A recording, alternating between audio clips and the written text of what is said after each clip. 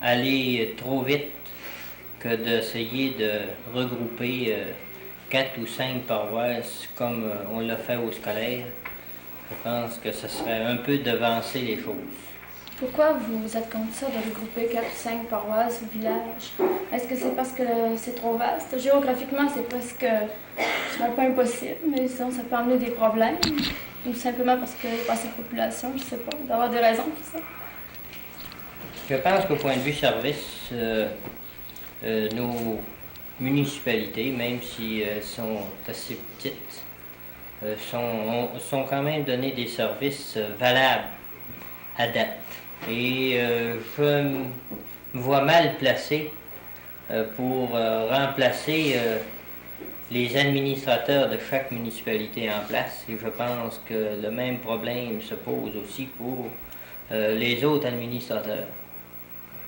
Mais si, supposons que, mais il disait ça dans les problèmes, justement, qui pourrait, au point de vue des loisirs, au point de vue de, je sais pas, financier, pour financer toutes les nouvelles techniques qui apparaissent, les nouveaux besoins, on disait qu'un regroupement serait souhaitable, parce qu'on pourrait mettre en coopération tout notre potentiel, qu'il soit financier, qu'il soit humain. Bien, à la conférence municipale provinciale qui a eu lieu à Québec, M. Tessier nous laissait entendre qu'une communauté municipale, c'était pas une fusion ou des regroupements de municipalités. C'était simplement des regroupements de services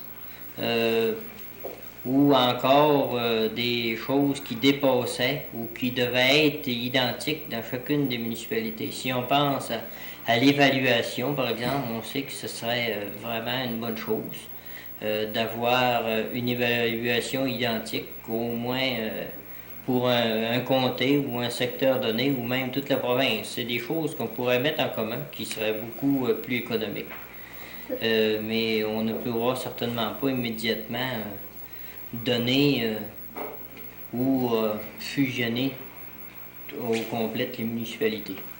Ce sera au niveau des services et non au niveau de l'administration, le regroupement. Le regroupement, on nous a laissé entendre qu'une communauté municipale, c'était ni plus ni moins qu'un gouvernement supramunicipal qui pourrait administrer, par exemple, les règlements au point de vue police. Nos règlements de policiers pourraient être identiques, disons, dans un secteur donné comme notre secteur scolaire, exemple. Nos corps policiers auraient juridiction sur tout le territoire. On prend au point de vue pompiers ou service d'incendie, ben c'est la même chose. On pourrait mettre en commun certaines possessions d'outils qu'on a et puis partager les frais en communauté. Et il y aura certainement des avantages de ce côté-là. Tout à l'heure, je disais l'évaluation. On sait qu'au point de vue loisir, c'est la même chose. On pourrait peut-être encore là avoir quelque chose de plus valable si c'était en communauté. Mais de là à dire que toute l'administration de chacune des municipalités devrait être cédée à une communauté, ben, je pense que ce serait un peu aller vite. Une même administration pour toutes les municipalités, ça serait pas... Il y aurait peut-être des avantages, il y aurait aussi des avantages. Il y aurait certainement des avantages entre les villages et les paroisses, mais de là à dire Delbo administre, par exemple, devient une municipalité qui groupe tout le secteur que nous avons présentement au point de vue scolaire. Je pense que les administrés eux-mêmes veulent être près des administrateurs et avoir le mot à dire. Et puis à ce moment-là, je pense que les administrés sentent qu'ils vont perdre beaucoup de pouvoir. Oui, ça pourrait comme dans l'école scolaire. Peut-être beaucoup pire, je pense, parce que dans le scolaire, On sait que ça prend beaucoup de techniciens et des gens compétents ou encore qualifiés dans des branches données. Tandis qu'au point de vue administration municipale, je pense que faut connaître notre milieu et puis assez connaître nos gens pour leur donner ce qu'ils ont besoin. Oui. Puis si on regarde le gouvernement, c'est le gouvernement qui propose une telle réforme. Puis on s'aperçoit qu'il disait aussi dans le rapport que le gouvernement allait faire sa réforme par étapes, puis que ce sera le gouvernement qui, d'en haut, regarderait tout ça, là, puis dirait telle affaire. À ce moment-là, on peut peut-être penser que le gouvernement aurait la main mise sur la municipalité, plus grande, je veux dire. Il laisserait moins de comment dire, attendez une minute, là. Moins de... Il lui laisserait certainement moins de liberté. C'est ça. Moins de liberté aux municipalités. Vous voyez, le gouvernement, là, ce qui emmène aux municipalités, ce sont des fonctionnaires. Et ils nous amènent ça, ces choses-là, et puis ils nous poussent ça, ils nous disent, ben, on va leur donner ça, ils connaissent pas, ils savent pas peut-être ce que ça peut leur apporter, mais on va les envoyer quand même.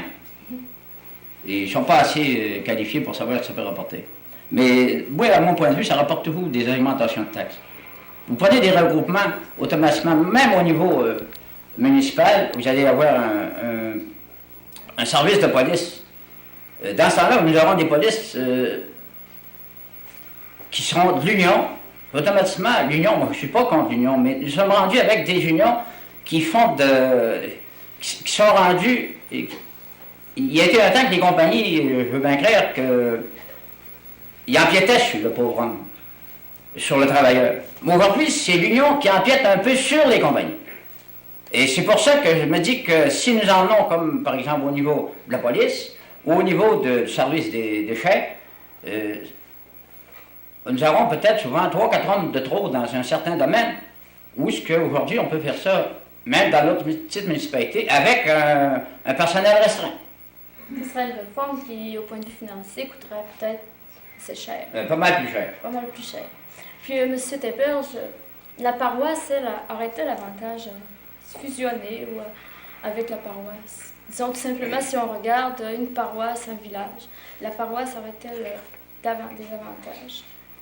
Il y a certains moments que la paroisse aurait certains avantages, puis c'est pas bien que l'avantage de la paroisse de regrouper que le village qui peut être, c'est parce que c'est qu'on est dans un milieu, que tout le monde vit ensemble, qu'on a tous besoin les uns des autres pour vivre.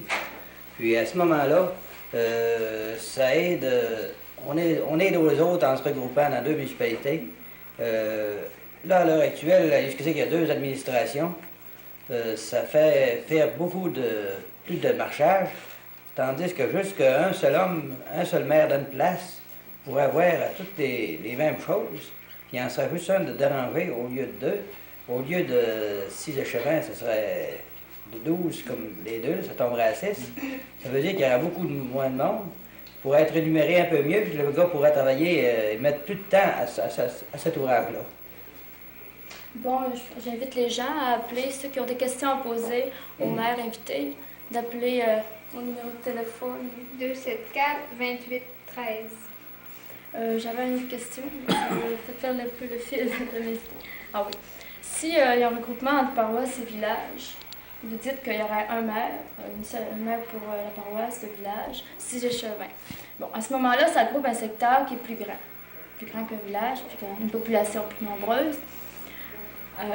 Ça prendra un maire à plein temps. Absolument pas. Non?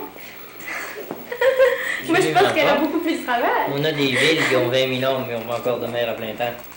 Mais ça, c'est peut-être une lacune. Non, ce ne serait pas obligatoire qu'un maire s'aille à plein temps, mais il pourrait être énuméré un peu plus haut pour, avec son montant, avec ses occupations, parce que dans une municipalité pas plus grande qu'on a là, payer un maire à plein temps, ce serait assez dispendieux. Puis par contre, il y a peut-être des fois qu'on se dit, peut-être qu'un maire à plein temps serait peut-être bien aussi rentable. Il y aurait peut-être bien des choses qui pourraient, s'il travaillerait toujours là-dessus, qui pourraient rapporter. Parce qu'on prend des compagnies qui ont seulement que 25 puis 30 hommes puis qui ont 2 puis 3 foremen pour administrer ça. C'est assez dur de se prononcer pour dire exactement si une municipalité ne pourrait pas se le permettre. Il y aurait certainement une étude à faire de ce côté-là.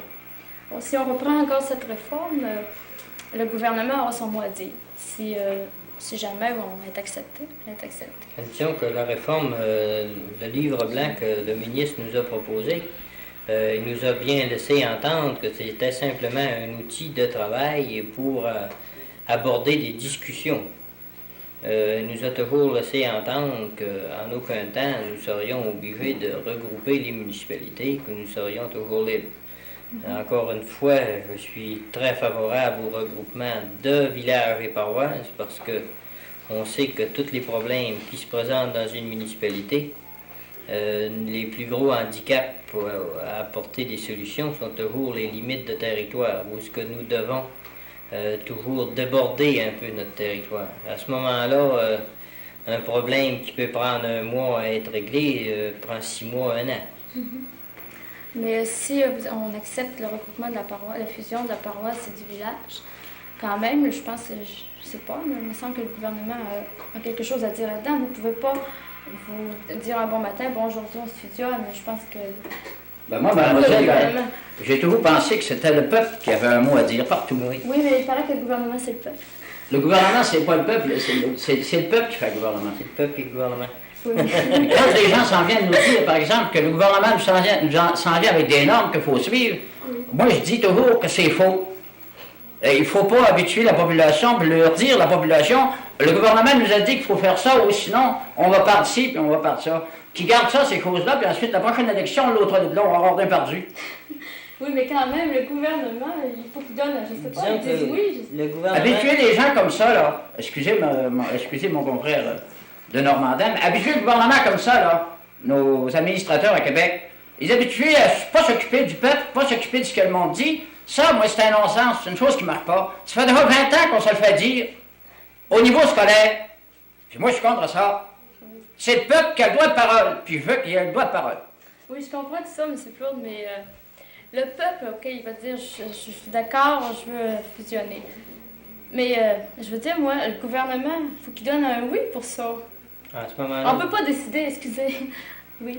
le gouvernement va au-devant de nous autres pour donner le oui.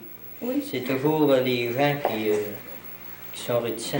C'est jamais le gouvernement qui est contre une fusion volontaire entre un village et une paroisse. Je pense que la journée qu'une paroisse et un village dit on veut se fusionner, je pense que c'est accepté automatiquement au gouvernement. Je pense que le gouvernement, dans sa proposition de livre blanc, a senti les mêmes problèmes que nous avons. Le gouvernement a senti qu'au point de vue administratif, 1700 municipalités, plus les villes, c'était joliment difficile à administrer. C'est pour ça qu'il nous a proposé un livre blanc dans le but de pouvoir diminuer de beaucoup le nombre de municipalités. C'est assez facile à comprendre que 1700 municipalités, si on va à Québec, se présenter avec nos problèmes, ça fait un dossier sur un bureau.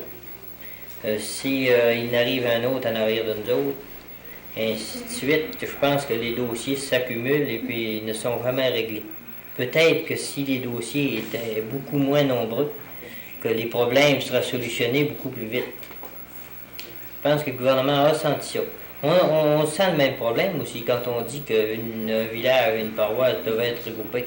Je pense qu'à ce moment-là, le gouvernement au moins réduirait de 7 ou 800 municipalités, ce qui serait normal, plutôt que de vouloir diminuer à coup sec à 150. Je pense que ce serait le premier pas à faire et devrait commencer de cette façon-là. Moi, il y a une question aussi qui me... Vous êtes pour le regroupement municipal, paroissial et paroisse et village. Mais si on regarde quand même encore, on ne peut pas nier que le regroupement d'un secteur 6 qui est appelé dans le livre blanc de M. Tessier, bon, si on regarde ça, là, moi j'ai peur, je ne sais pas si, que ça devienne comme la réforme scolaire. Ils ont mis 2000 élèves dans la même école. On assiste à une dépersonnalisation des gens. Les gens n'auront plus rien à dire. Ils sont trop loin. C'est justement la raison, mademoiselle. C'est justement ce qu'on vous disait tout à l'heure, que les gens deviendraient trop loin des administrés. C'est pour ça que En fait, on est un peu contre qu'il y ait, pour le moment, regroupement de 7 ou 8 municipalités. Comme mon collègue dit, à Québec, on arrive, puis il y a des dossiers là-dedans, mais il y a des personnels pour venir à défecter ces dossiers-là. Bon, on a un autre maire qui est venu à notre... qui s'est rendu à notre invitation. Monsieur le préfet? Allô, bonsoir. Monsieur Louis-Ovid Bouchard, maire de la paroisse de Normandin. On parle de regroupement municipal. Je pense que vous êtes... C'est d'actualité, oui. On parle des avantages, des désavantages que cela peut apporter. Monsieur Frigon, lui, est pour un regroupement paroisse et village. Je pense aussi que les deux, M. Plourde et M. Théberge aussi. Vous, j'aimerais bien savoir votre opinion. Prendre mon souffle. Oui. Sur le sujet. Ben,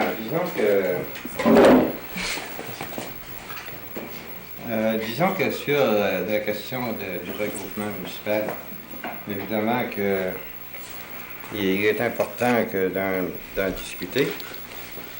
Moi, je vois le regroupement municipal là où il y a des entités distinctes qui ne sont pas rentables par elles-mêmes de s'administrer. Évidemment, il arrive, par exemple, dans des municipalités comme Normandin-Village, Normandin-Paroisse, même situation à Normandin-Agbanec-Village, Agbanec-Paroisse, c'est que vous arrivez avec deux paroisses où il y a deux conseils municipaux et qu'il y a un précédent de créé parce qu'il y a deux conseils municipaux. Alors, il arrive un fait qui existe, qu'il faut bien constater, c'est que les populations de ces municipalités-là, de deux municipalités en dedans du même territoire, qui y ont été habitués à s'administrer avec des conseils différents. Alors, évidemment, il y a une mentalité différente. Et les gens, disons que pour un groupe, prétendent que, disons qu'il y a une espèce de fierté de la population que d'avoir sa propre administration. Maintenant, la question du regroupement municipal, c'est pas le palliatif à tous les maux.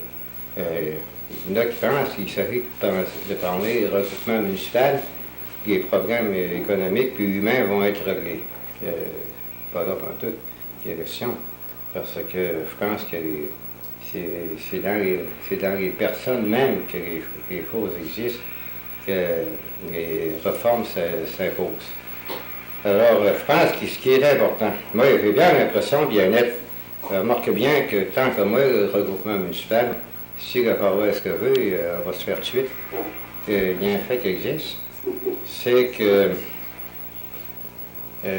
même si tu as un regroupement, puis après ça, si tu continues à avoir une division entre les deux populations qui créent, par exemple, nous autres on paye pour la paroisse, nous autres on paye pour le village, et vice-versa, ça va bien régler, ça va créer des problèmes. Disons que, prenez Normandin-Village, Normandin-Paroisse. Benel-Village, Benel-Paroisse, on va très bien s'entendre. Je ne sais pas si le maire c'est une couleur politique, c'est bien. Ça doit pas être ça. Mais il y a un fait, c'est que je pense que le village, la paroisse Normandin, actuellement ne souffre pas de ne pas être fusionné.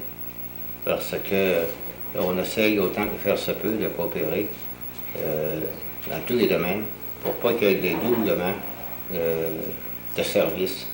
Vous prenez par exemple le village est organisé pour l'Aqueduc. Alors nous autres on s'entend avec le village, on dit l'Aqueduc c'est innové. Si vous êtes intéressé, on va vous laisser installer la paroisse, on va vous donner la permission. Vous avez dans les banlieues du village, puis la paroisse, il y a un service de vidange. Alors nous autres on a dit on n'est pas intéressé à faire un doublement de service. Si le village ça vous intéresse, on est prêt à vous donner. Alors, le village est intéressé, on les va donner les vidanges. Il y a un programme d'égout qui s'en vient. Alors, le gros du programme est dans la paroisse. On s'est rencontré les deux conseils municipaux, la paroisse et le village. On s'est attendu que c'est la paroisse qui fait le programme. Et puis, il restera à établir des ententes entre le village et la paroisse. Alors, il y a une seule chose qui pourrait... Il y a des avantages. Dans le regroupement, il y aurait certains avantages. Disons que, au point de vue de fierté, c'est-à-dire au point de vue prestige, on va dire que Normandin, par exemple, au lieu d'être 2 municipalités de 2000 hommes, ben, disons qu'on pourrait dire, on est 4000 hommes. Au point de vue communauté, aussi important que Saint-Félicien ou autre. Mais tantôt, les avantages que vous avez dit, vous avez parlé du service d'aqueduc, vous avez parlé du service de déchets, ramasser les déchets. Mais ça, ces services-là sont limités seulement à la paroisse, c'est-à-dire aux lignes, je veux dire le village. Vous savez, les maisons qui ne font pas partie du village, font partie de la paroisse, mais qui sont proches du village. Voici, mademoiselle, ça, c'est des services donnés à un groupe de citoyens. Alors, c'est un règlement qu'il faut passer à ce moment-là, qui est payé seulement par le groupe de services, le groupe de citoyens auquel le service est donné. Alors, disons qu'il y a à peu près, je ne peux pas dire au juste, mais mettons un chiffre 80 familles qui sont desservies par le service des vidanges. Ces 80 familles-là, c'est un règlement qui est pris sur la propriété, qui est donné les vidanges ou qui ne donne pas, ils vont payer pareil. C'est un service à la communauté, mais un service donné à un groupe de citoyens. Oui, mais si supposons que la municipalité, village, paroisse se fusionnent, ces services-là, vous pourriez les donner aux gens des rangs? Ah non, ça, disons que je pense que la question des vidanges, disons que ça ne demande pas les mêmes services dans les rangs que dans un village. Il est évident qu'on ne peut pas penser en fonction d'un programme d'égout qui sera à la grandeur de paroisse. Les autres, chaque cultivateur dans les rangs va pousser ses cochonneries à l'autre bout tout seul. Hein? Si on regarde au point de vue des loisirs, ça sera peut-être avantageux. Alors là, c'est pas la même chose. Là encore, au point de vue des loisirs, disons qu'au point de vue des loisirs, ça regarde toute la communauté. Je dirais plus loin que ça, non seulement ça regarde toute la communauté, moi je dirais qu'à propos des loisirs, il y a des loisirs propres que chaque municipalité peut se donner. Mais il est évident que chaque localité ne peut pas avoir son temple sportif, ça peut se faire un groupe de municipalités ensemble. Alors, vous avez seulement qu'à regarder, là, on est 2 municipalités, mais tout de même, si on ne marque rien qu'une pareil que si on était seulement 1 municipalité au niveau des loisirs. Je ne sais pas, on a un programme qui s'en vient pour les loisirs. Hein. Je ne sais pas s'il sera réalisable, il est encore à l'état d'embryon. Mais je pense que très bientôt, c'est pour le Québec, on pourra savoir les octrois qu'on va avoir. Mais là encore, on serait fusionné, ce serait pas mieux. Voyez-vous un désavantage à ça? Quoi? Une fusion, disons, de la paroisse et du village? Bien, il y a des études de fait. Il y a des avantages, il y a des désavantages. Le gros désavantage, c'est justement parce qu'il y a un précédent créé avec 2 administrations qui ont préparé leur programme, qui sont budgétés en fonction de leur administration, des besoins qui étaient connexes au groupe de contribuables auxquels les services étaient donnés.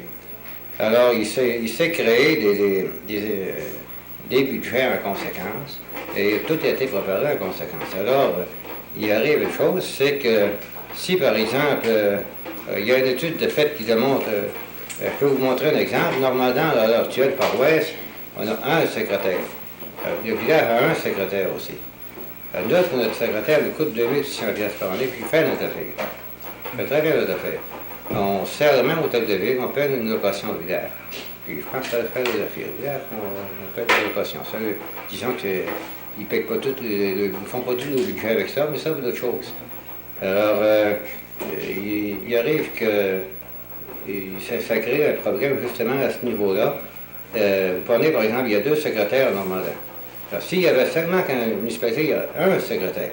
Mais un secrétaire, lui, là, il ne travaillera plus à 5 500 ou à 6 000 $. Lui, il va dire, moi, je fais trop d'ouvrages seulement pour un secrétaire. Alors, ça me prend un aide. L'aide, le meilleur argent qu'on peut évaluer, c'est 70 $ par semaine. Disons qu'il y a différents d'autres services. À ce temps, il y a le problème de la question de l'ajustement. Il y aurait l'ajustement des salaires. Prenez dans la paroisse, notre gars est habitué de même. on paye le prix que la commission municipale nous demande. Nous disons oui, je vais payer, on paye qu'une pièce et demie de l'heure. Il n'y a pas de samedi pour eux autres. Et lundi, c'est pas question de 8 heures, pas question de syndicat. Alors ça ne coûte pas cher pour faire notre ouvrage. Les gars, c'est un petit gagne-pain qui se prend en passant. Si on était fusionné, il est évident que si on paye 2 pièces et demie de salaire dans le village, il faut payer 2 pièces et demie dans la paroisse aussi. Il n'y a pas d'erreur possible. Si les gars sont syndiqués dans le village, les gars qui vont travailler dans la paroisse vont être syndiqués. Si ça ne travaille pas le samedi dans le village, nos gars ne travailleront pas le samedi non plus. Alors, il y a une différence de mentalité qui est indéniable, on ne peut pas nier. Ça, il n'y a pas d'erreur possible. Maintenant, j'aimerais vous inviter, la population, à poser des questions aux maires de différents villages et de paroisses. Le numéro de téléphone 274-2813. J'aurais une autre question. Dans le livre blanc de M. Tessier, il parle de regroupement au point de vue de plusieurs municipalités, là, comme vous avez parlé tantôt. Si on avait un regroupement comme celui-là, ce sera plus facile d'organiser des loisirs parce qu'en mettant un potentiel humain, un potentiel financier, on pourrait avoir plus facilement un centre sportif ou des choses comme ça. Ce sera peut-être un avantage. Voici, je pense que si M. Tessier, dans son livre blanc, je ne sais pas si vous avez remarqué ça, pour ceux qui sont au courant. Certain que mes trois confrères, Camille, puis Fernand, puis Jean-Yves, l'ont remarqué, c'est que quand Pierre Laporte, puis un peu par après, Pierre Véniscussier, tout était basé en fonction. Le salut était dans le regroupement municipal, la fusion des municipalités. Puis, si vous apercevez, il en parle de moins en moins par les communautés municipales. Par rapport aux communautés municipales, c'est que les fusions deviennent beaucoup moins importantes. Parce que les communautés municipales, le regroupement municipal d'abord, au niveau plus grand qu'au niveau du secteur, c'est impensable. Avec Bonnel, Saint-Amour-de-Ville, certainement, ils n'accepteront jamais, ça n'aura pas de bon sens, qu'on fasse une seule communauté municipale comme il y a une seule commission scolaire pour diriger le secteur. Parce qu'il y a une différence fondamentale entre une administration scolaire et une administration municipale. L'administration scolaire, tu ramasses tous les enfants à la même place, puis le travail se ramasse à la même place, c'est-à-dire autour de l'école. Tandis qu'au niveau municipal, le travail est sur le territoire. Alors, je pense que c'est impensable de penser à ça, des regroupements à ce sens-là. Mais ce que le ministre Tessier parle surtout, c'est un regroupement municipal, pas des municipalités qui vont perdre leur autonomie, leur administration, mais par exemple au niveau de certains services. C'est là qu'il y a toute la question, c'est au niveau des services. Alors, supposons par exemple, on est deux municipalités normales, nous autres. Supposons qu'il faut dans la tête de faire de mes conseillers par la paroisse, le village, il y a une bordure qui est bien nette, là. Puis nous autres, on organise notre affaire, on organise notre système de caduc, on organise notre système d'incendie, on organise tout ça aux côtés de l'autre. Hein? Ce serait de la pure folie, ça se fait. Mais c'est assigné par l'Ouest, mais c'est assigné nous l'ont fait. C'est là qu'il y a la question. Mais là où le ministre Tessier veut en venir, c'est surtout au niveau des comtés. Regrouper un certain nombre de municipalités, c'est surtout dans la transformation des conseils de comté.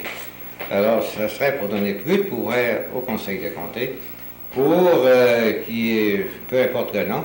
Moi, je pense que le conseil de comté, c'est un nom historique parce que les conseils de comté ont existé avant les conseils municipaux. Avant les conseils municipaux locaux, les conseils de comté, eux autres, existaient. Puis c'était justement les autres qui ont créé les conseils de comté et les conseils municipaux locaux. Mais c'est pour justement préparer un programme d'action où ce qu'on pourrait, par exemple, former un commissariat industriel. Si tout le comté de Roberval était formé à communauté municipale avec le pouvoir de former un commissariat industriel, bien là, à ce moment-là, on serait capable de mettre le paquet 50, 60 000 piastres peut-être pour former un commissariat industriel. Tandis que séparément, c'est impensable. Au niveau des services, au niveau des loisirs aussi, et puis au niveau des services d'incendie puis de police, c'est l'anarchie complète, le système de police. Vous avez seulement qu'à voir ce qui s'est passé à Montréal dernièrement, vous avez seulement qu'à voir aussi. Les polices provinciales ne sont même pas capables de faire leurs ouvrages, c'est les autres qui payent pour eux autres. Ils sont payés à gros salaire, puis ils restent assis dans les offices, puis ils disent à la police municipale d'aller sur le terrain. Hein? C'est comme ça que ça marche. On a des comptes de 80-90 piastres, nous autres, justement parce que la police provinciale ne fait pas son ouvrage, elle fait faire par les autres. Alors, ça veut dire qu'il y a des choses qui, au niveau de la communauté, qu'on pourrait faire, qu'on ne peut pas se donner isolément. Oui, monsieur le préfet, vous prenez par exemple le regroupement des polices. Au niveau de la police dans la municipalité, ça va nous amener une équipe de police là, au même niveau que la police provinciale. Quand vous parlez d'une équipe de police provinciale qui ne font pas les ouvrages, ça veut dire qu'ils sont trop, ils veulent s'en créer encore pour faire le moins d'ouvrages encore, le moins possible. Fait que si nous avons des polices municipales, parce qu'on ne peut pas les suivre de près, automatiquement nous aurons des polices municipales syndiquées. Puis là, ben, il y aura un chef, puis un autre chef, il y aura un boss, puis un sous-boss, puis un arrière-boss. Là, ils chercheront d'autres mondes après ça pour faire les ouvrages par d'autres. C'est ce qui se passe d'abord quand il y a des unions, puis quand les recoupements sont trop beaux. Non, ben, moi, ce que je veux dire, Fernand, c'est que tu prends par exemple une police municipale est bornée à son territoire par la municipalité. Bon, alors disons qu'il y a du trouble dans le Saint-Amand-de-Dieu, ou la paroisse. Alors la police du village ne peut pas aller dans une autre paroisse. Oui, mais le peuple paye d'abord une police provinciale pour aller à Saint-Amand-des-Îles. Pourquoi est-ce que la police provinciale n'irait pas à Saint-Amand-des-Îles? Mais alors, ce qui arrive, c'est qu'il le peuple paye déjà une fois. Pourquoi payer deux fois? il arrive une chose, c'est qu'il y a deux organisations de police. Il y a une organisation gouvernementale par la police provinciale, puis il y a les polices municipales. Peut-être, je ne sais pas, je ne peux pas me prononcer là-dessus, peut-être que ça serait une bonne chose, puis peut-être pas non plus, c'est pas si sûr que ça, que tous les corps de police de la province du Québec soient sous un seul commandement. C'est-à-dire qu'ils soient coordonnés. À l'heure actuelle, ils ne sont pas coordonnés. Les polices provinciales, ils font faire l'ouvrage justement par les polices municipaux, puis c'est pas le job à l'heure actuelle. À ce moment-là, c'est vous de parler avec la police. Non, il faut de police. Il est évident que la police, lorsqu'il y a du trouble quelque part, ça, je suis bien d'accord dessus. Lorsque je ne suis pas d'accord, c'est quand il y a un vol, par exemple, il y a un accident d'automobile, puis que la police provinciale téléphone, j'allais dire la police résidente, oui. Tandis que c'est eux autres qui sont supposés y aller, puis c'est notre police qui paye, c'est nous autres qui payent. Ils sont payés, les autres, puis après ça, ils restent assis dans le bureau. Alors vous pensez que ce problème-là pourrait être réglé par un fusionnement? Pas un fusionnement. C'est une marotte, ça, le fusionnement. C'est pas une fusion en tout. Il n'y a pas question de fusion là-dedans. Ça, c'est un mythe. Alors, les gens, vous faites peur aux gens avec ça. Il s'est trop parlé de fusion. Parce qu'il arrive une chose, c'est que, à tort ou à raison, il y a eu des fusions de commissions scolaires. Disons que j'ai jamais manqué de dire mon opinion, mais il reste que les fusions de commissions scolaires, moi, j'étais d'accord là-dessus. Il y a eu des erreurs de commises, ça, c'est souvent prêt à l'admettre, mais la plus grande erreur, ça s'est arrêté lors d'en faire. Mais seulement, il arrive une chose, c'est qu'au niveau des... Alors, les gens sont restés, puis ça, vous savez, il faut être réaliste, il faut voir clair. Fernand se boucher les yeux. Ils ont eu une indigestion des commissions scolaires, en partie les ruraux, même de tout ça, les professeurs, les gens, les professionnels surtout. Il y a une grosse... Puis ça nuit énormément dans l'avancement municipal. Parce que les gens ont peur et on dit, vous nous avez fusionné aux commissions scolaires. Par exemple, le dit, vous nous avez amené à Normandin, vous autres, à la commission scolaire, vous ne nous emmènerez pas avec la question municipale. Bon, alors, je m'excuse, ici, on aura un téléphone.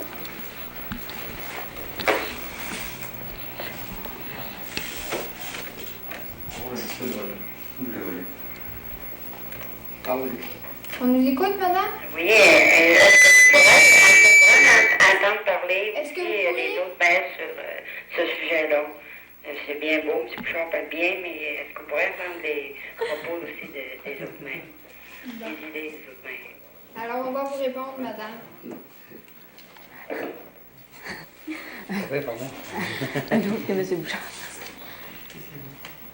Ben, j'avance un peu dans le sens qu'au niveau de la police, tout à l'heure, regrouper la police dans un secteur donné, moi je calcule, je ne sais pas de l'avis de M. Bouchard, je crois que si les polices se regroupent dans notre secteur, par exemple, pendant notre secteur, on est 5 paroisses, si la police se regroupe ensemble, nous aurons automatiquement affaire à un syndicaliste de police. Plutôt d'avoir une police albanelle, nous serons en train d'en avoir 2 ou 3, puis là c'est le contribuable qui sera tout payé pour.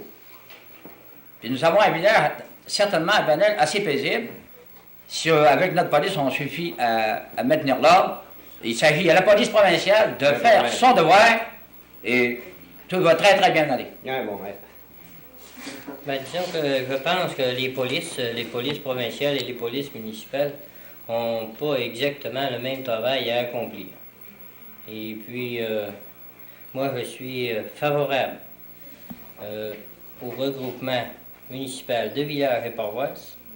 Je suis favorable à ce que notre police municipale puisse travailler dans une autre paroisse avec des règlements identiques de police dans chaque municipalité, sans pour cela payer notre police plus cher, sans pour cela ne charger absolument rien à une autre municipalité, qu'une autre police, la police d'Albanais, l'exemple, qui serait de passage à Normandin, et puis qui se produit quelque chose, ait aussi le pouvoir d'exécuter et puis d'accomplir son travail comme police sans pour ça absolument avoir de collection ou de choses à charger à une municipalité. Je pense que ce serait absolument pas plus coûteux pour aucune des municipalités.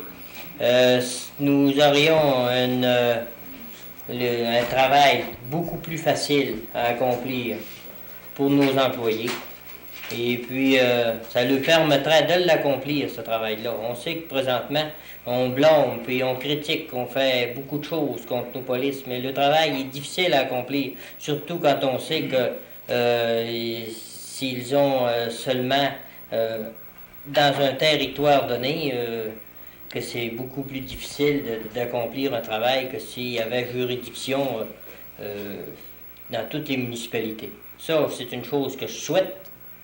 Et puis, d'un autre côté, au point de vue fusion, je pense que la fusion de villages et paroisses créerait une mentalité nouvelle qui devrait être créée pour qu'on puisse se côtoyer et puis travailler ensemble encore davantage et d'une meilleure façon. Bon, je pense qu'on a une autre question.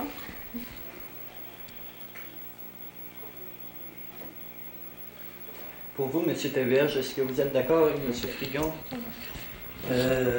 Oui puis non. Ce que c'est qu'il y a, c'est qu'au point de vue police, pour faire des mandats comme ça, dans les paroisses environnantes, il y a à peu près juste Normandin qui a une police attitrée presque totalement à police. Hein. Dans les autres paroisses alentours, c'est une politesse d'appeler ça police. Hein. C'est plutôt pour charrier les déchets, puis balayer les trottoirs, puis ça sert pas... Ça sert pour les circonstances ou les choses de même, mais c'est pas le motif d'être police à plein temps. Hein. À ce moment-là, si les municipalités sont occupées comme Albanel ou Saint-Edmond, Normandin, Girardville, si vous voulez, ça occupé de se payer une police, spécialement police, avec les heures de police qu'ils ont, ça leur en prendra 2, puis ça leur prendra 2 employés en plus. Hein. Ça veut dire que ça fait certainement un gros coup de différence sur les taxes au bout de l'année. Mais ce sera peut-être plus efficace. Ben moi, je ne vois pas la police de Benel venir arrêter un homme ici à Normandin, même s'il est de passage. Parce qu'il n'y a pas d'affaire ici. On a assez de critiquer après nos polices sans critiquer après la police de la province voisine. Notre business, nos affaires, puis ça va marcher bien mieux. Oui. J'ai tout entendu dire ça, moi, que... Mais des fois, se mêler ces affaires, là, ça va très, très bien. Des fois, une coopération, ça peut aider, justement. Ben moi, je ne vois pas une police, par exemple, la police de Normandin venir arrêter un homme albanel ou quelqu'un, parce qu'il ne sait pas ce qui peut se passer dans le village albanel, souvent à certaines heures du jour.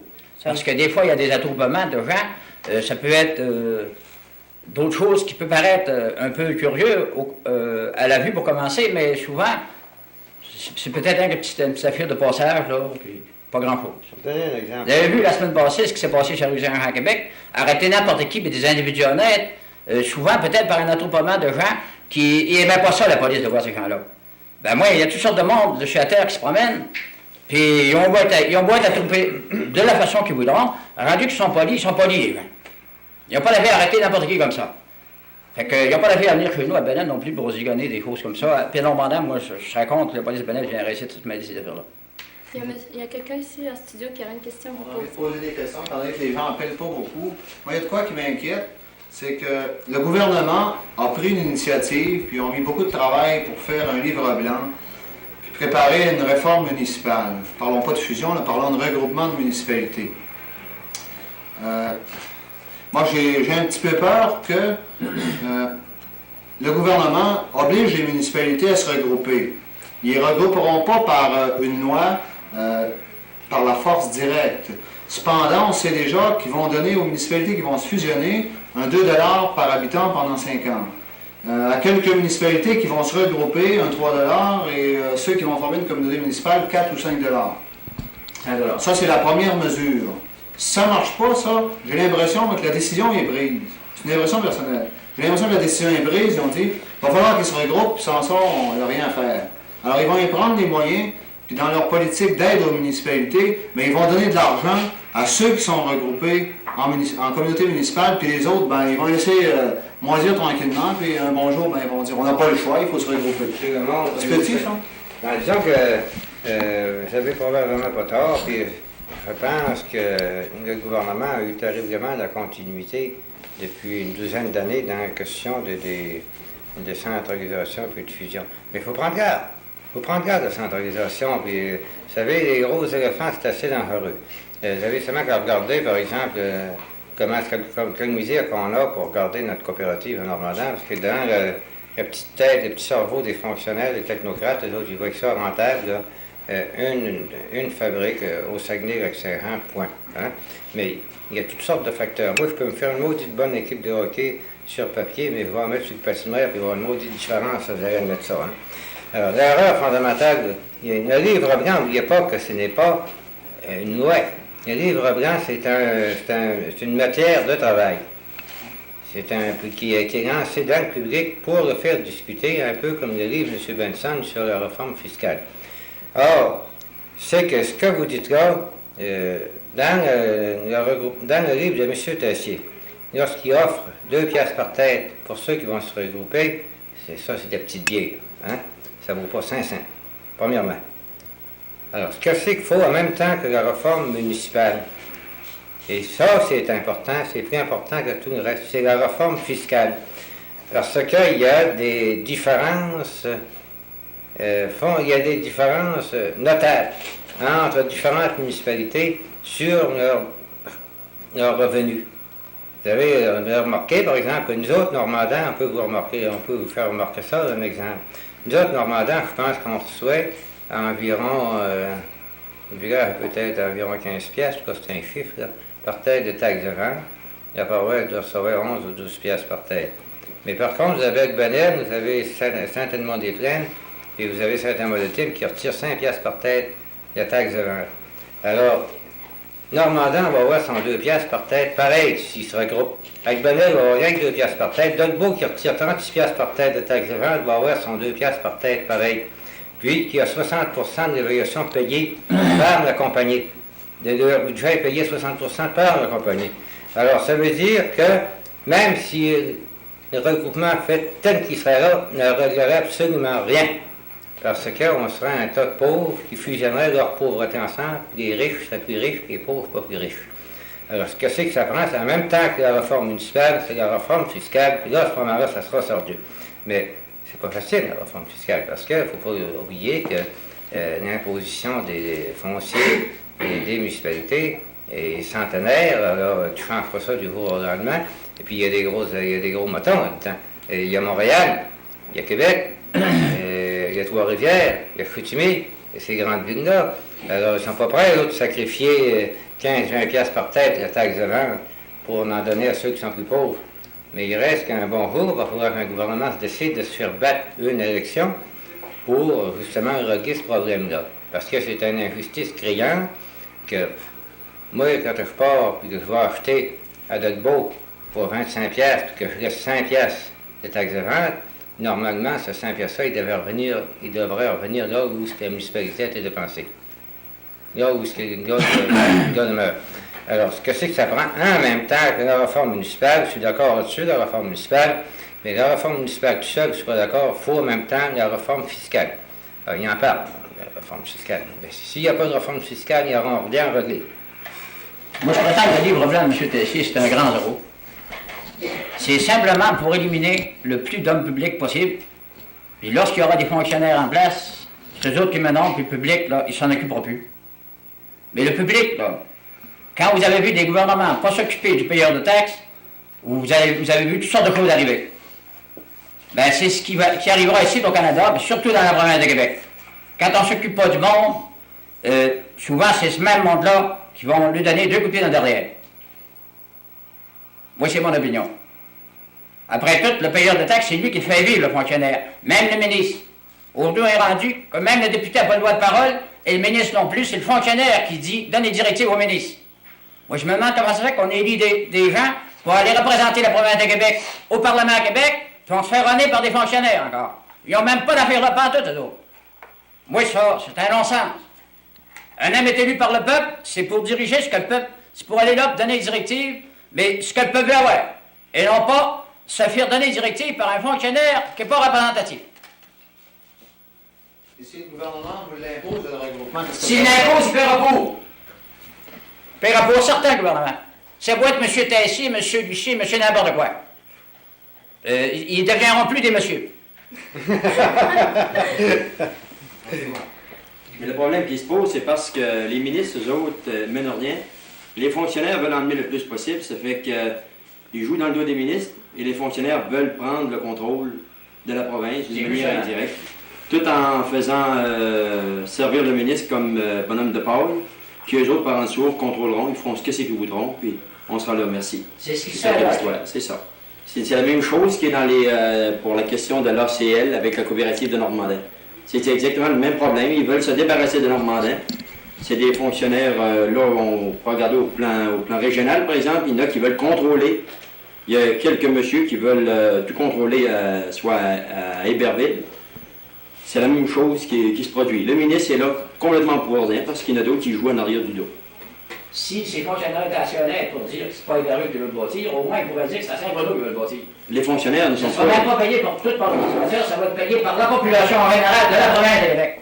C'est à Saint-Bruno qui veut le bâtir à part de ça. Seulement, ils sont pas assez honnêtes pour le dire la vérité. Pardon, je pense qu'on a une question. Oui? Oui. Oui, vous pouvez poser votre question. J'aimerais savoir si vous croyez à l'exode des jeunes. Si vous croyez à l'exode des jeunes. On va pas y croire à l'exode. Pouvez-vous développer votre question un peu? Est-ce que pour vous, l'exode des jeunes est un fait qui est vraiment vérifiable dans la région? Absolument. C'est indéniable que nos jeunes s'exilent à l'extérieur. On peut le constater tous les jours. Et puis, je pense que c'est quelque chose qui est difficile à corriger. Avec les meilleures volontés du monde, je pense que dans notre région, manquant d'industrie, présentement, ce serait assez difficile pour nous autres de pouvoir tout garder nos jeunes qui ne semblent pas tellement intéressés à la terre, ou du moins la terre, je pense, ne peut pas certainement toutes les absorber. À ce moment-là, pensez-vous qu'un regroupement municipal favoriserait une relance de l'économie régionale, une création nécessairement de nouveaux industries qui permettraient aux jeunes de rester dans la région ici? Je vois pas de possibilité. Est-ce que c'est que ça pourrait être mieux pour donner plus d'ouvrages, pour employer plus de monde avec le regroupement? Il y a juste s'il sortirait des industries, c'est la seule chose qui pourrait garder plus de monde. Le regroupement ne peut pas régler ce problème-là, je ne pense pas pour ma part. Je pense que moi, en ce qui concerne l'exode des jeunes qui vont travailler à l'extérieur, j'ai l'impression bien net que c'est un phénomène mondial. Vous voyez par exemple des jeunes des pays d'Europe, de France, d'Italie qui viennent immigrer au Canada. Et de plus en plus, ce n'est pas unique au Saguenay-Lac-Saint-Jean que les jeunes sont obligés d'aller ailleurs. Permettez de savoir ce que les autres participants à l'émission pensent de la question. Moi, j'ai dit mon idée tout à l'heure. Moi je ne suis pas pour que les jeunes s'en aillent d'ici. Mais vous prenez, dans la ville de Montréal, même de ça, il y a du chômeur, et Et si les jeunes restent à Montréal, ça ne veut pas dire que ces gens-là ont d'ouvrage, parce que tous nos jeunes qui s'en vont travailler dans la ville de Montréal, souvent c'est eux autres les premiers à être recherchés pour travailler pour les contracteurs de la ville de Montréal. L'on dit que si le regroupement municipal peut favoriser, par exemple, l'industrie, moi je ne crois pas, parce que vous prenez Saint-Félicien, il y a une industrie là qui serait supposée d'être ouverte depuis peut-être 5-6 ans, mais ils sont encore à l'état d'études. Je me demande pourquoi étudier pour bâtir des industries ici, dans notre région, qu'on dit souvent une région riche en forêt, une région qui est riche en électricité. Et la preuve, regardez, dans l'électricité, si l'électricité ne coûte rien et est faite sur place, je me demande pourquoi est-ce que les gouvernements ne s'en viennent pas ici, dans la région Saint-Lac-Saint-Jean, bâtir des industries. Mais non, nous sommes ici, au royaume de l'électricité, c'est nous autres qui payons le plus cher de taux d'électrique dans la province de Québec. Pas d'accord. Ben, je croirais parce que je vais à l'encontre de votre idée, M. Plot, parce que présentement, je crois qu'il y a plusieurs usines de l'Ontario qui sont en pourparlers pour ouvrir de nouvelles usines ici au Québec par rapport au taux de l'électricité en Ontario qui est qui est surévalué à comparer avec celui du Québec. J'ai dit qu'on payait plus cher dans la province de Québec. C'est dans la région. Parce que présentement, en Ontario, ben vous parlez de la région, mais je croirais que de la province... Parce que dans la province, ils peuvent payer plus cher dans d'autres districts. Comme Rivière-du-Loup, par exemple, il y a une... puis en Abitibi, ils ont acheté des compagnies, là. Fait que là, ces gens-là, souvent, ils payent un peu plus cher peut-être que nous autres. Et, certainement que l'électricité du Québec est meilleur marché que celui de l'Ontario parce que les usines, des dirigeants de compagnie commencent à penser qu'ils devraient déménager ici au Québec par rapport à l'Ontario au prix de l'électricité. Ça, c'est ce qui a été annoncé hier dans une nouvelle, je ne sais pas trop quel endroit, mais le problème se pose actuellement. Dans la région Saint-Lac-Saint-Jean, et puis, avec les pouvoirs d'eau qu'on a, que la compagnie électrique, le gouvernement devrait les obliger à éclairer tous les villages gratuitement. Les villages et les villes, gratuitement. Les rues, au moins. Ça, c'est un problème. Ça, c'est une chose qu'il faudrait que le gouvernement exigerait de la compagnie. Bien, la compagnie, maintenant, ce ne sont plus des compagnies parce que ça appartient au gouvernement, c'est l'Hydro-Québec. Et maintenant, pour faire suite à la question de celui qui a appelé, là, qu'il y avait un exode de jeunes, c'est vrai, parce que s'il y avait eu beaucoup plus de jeunes ici, dans notre secteur, on aurait eu beaucoup moins de misère avec la télévision communautaire, car je croirais que la force existe dans ceux de 20 à 30 ans, et il y en a très peu. Il n'y en a presque pas, parce qu'on a eu quelques exemples au cours de cette expérience. S'il y avait eu plus de monde de 20 à 30 ans, on aurait eu beaucoup moins de misère. Parce que présentement, les jeunes s'en vont, soit comme à Chibougamau, s'en vont dans les places minières, soit Sept-Îles, Haute-Rive, Bécomo, où il y a beaucoup d'ouvrages, où les salaires sont beaucoup plus élevés qu'ici, puis je les comprends. Moi-même, si c'était pas du commerce qu'on a, je serais peut-être rendu là, je ne les blâme pas. Mais il s'agit aux dirigeants, non pas aux dirigeants locaux, mais c'est surtout le gouvernement à avoir à ajuster ses flûtes pour qu'ils nous arrangent ça, parce que là, sur le train, c'est parti là, ils sont en train de rire de toute la population, soit avec Kroger, ou ils ferment des usines temporairement. C'est rendu que c'est un peu une farce. C'est là qui est mon point de vue. C'est bon, on va terminer l'émission. Je vous remercie d'avoir accepté notre invitation. Bonsoir, merci d'avoir participé. Merci.